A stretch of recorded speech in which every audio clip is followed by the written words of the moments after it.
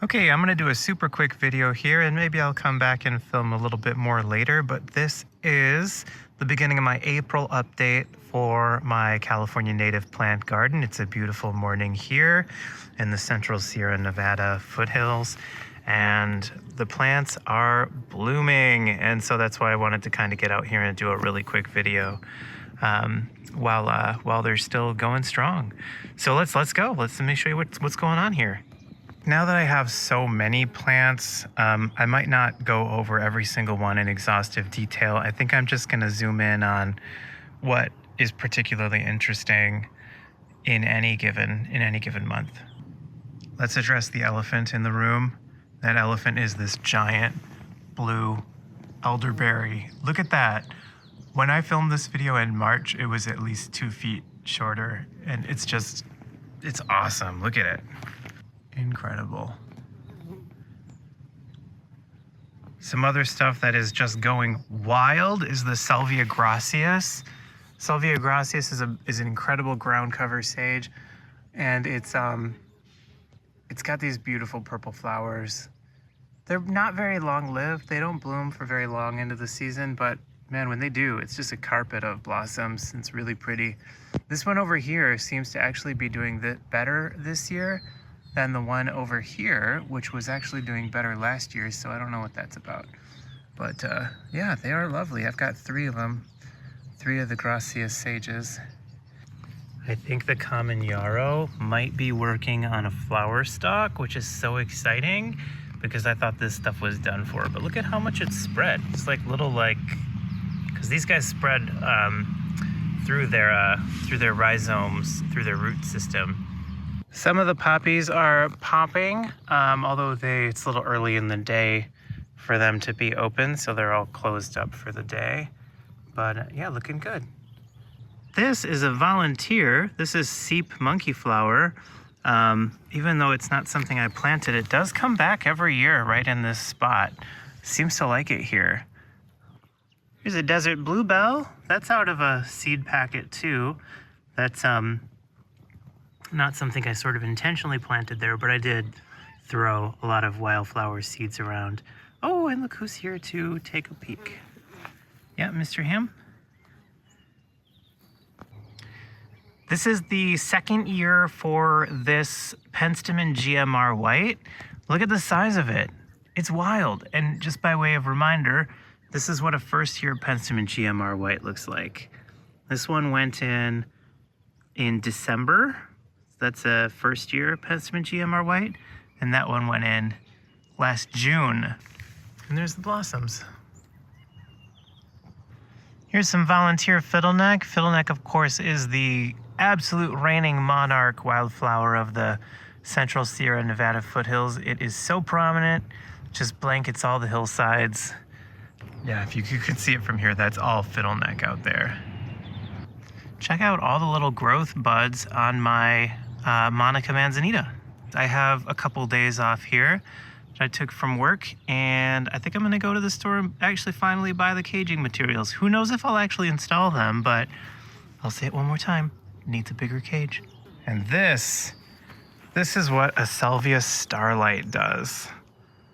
I can't say enough about how spectacular this Salvia starlight is, the starlight sage.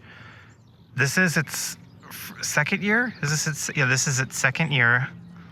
And it did get mauled by deer. These branches were broken. You remember where it broke down there? And kind of landed on the ground. That didn't stop it. It still sent up all of these spires. This specimen is called a feline haemicus, aka a Mr. Ham, and it just pops up back here. You can't get rid of it. It just keeps coming back. Yeah, you can totally eat that one. That one's a weed. Actually, right here next to Mr. Ham, this is the Salvia celestial blue. So this is a good example of seasonality. You can see the starlight right behind me is just going wild, but this celestial blue isn't going to start blooming for another month or 2, I think. Just amazing, the Salvia starlight. You can see why they call it starlight. It does look like a sky full of stars. Right behind it is the salvia pozo blue, and you can see a few of the pozo blue blossoms are already starting to pop. This one comes a little later than the salvia starlight. I don't know how I lucked out like this year, but the aphid situation seems to be pretty well in hand. Last year, the aphids just annihilated my starlight sage, and the predators, you know, the ladybugs and stuff, they just couldn't catch up. I do have some aphids, a bit of an aphid situation on my white sage, but that even seems to be pretty much in hand. I don't see them like having like a massive impact. These stalks, these central stalks are really growing on this white sage. If this is anything like the white sage I had last year, it'll probably be about 7 feet tall in my next video. This is the Penstemon pseudospectabilis. I think it's the plant that's making the boldest statement at this particular moment in the garden. The hummingbirds love this stuff. I mean, they love all of it, really, but they really love the Penstemon pseudospectabilis. This is another Penstemon that I planted this year. This is new. I've had the pseudospectabilis for a couple years, but this one, the Penstemon atonii, this one went in December, so this is only at about month 4 or 5. And so I am obsessed with imagining what this is going to look like next year. This is the bold red color that I thought I was going to get from the pseudospectabilis based on some of the images online. But yeah, this one, compare this crimson red on the Penstemon atonii to this fuchsia on the Penstemon pseudospectabilis. Very different, both very lovely. Here's our volunteer native phlox. I love this guy. I guess he wasn't a volunteer. He came out of a seed packet last year, but this is the second year, so I guess this guy's a perennial.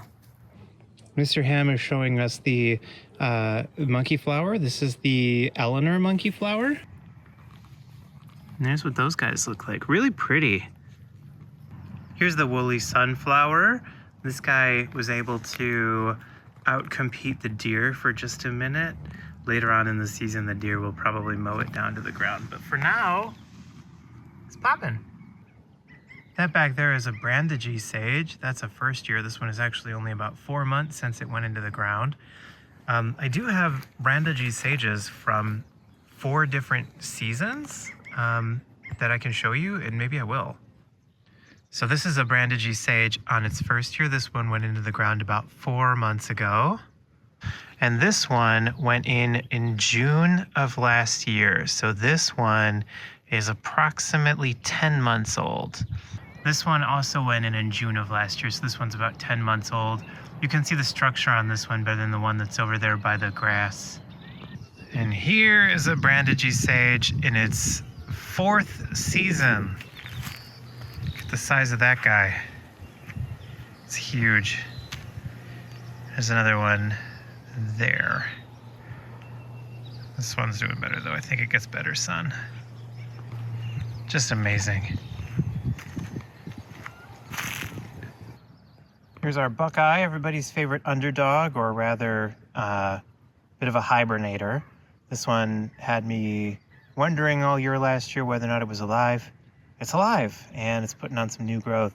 I don't know about this spot. I mean, when you compare the growth that this guy has put on compared to the growth that like the elderberry has put on, I don't know. This soil might just be a little bit too full of clay for it. I mean, look at the elderberry over there. Just wild. We also have blooms on our Ceanothus Ray Hartman.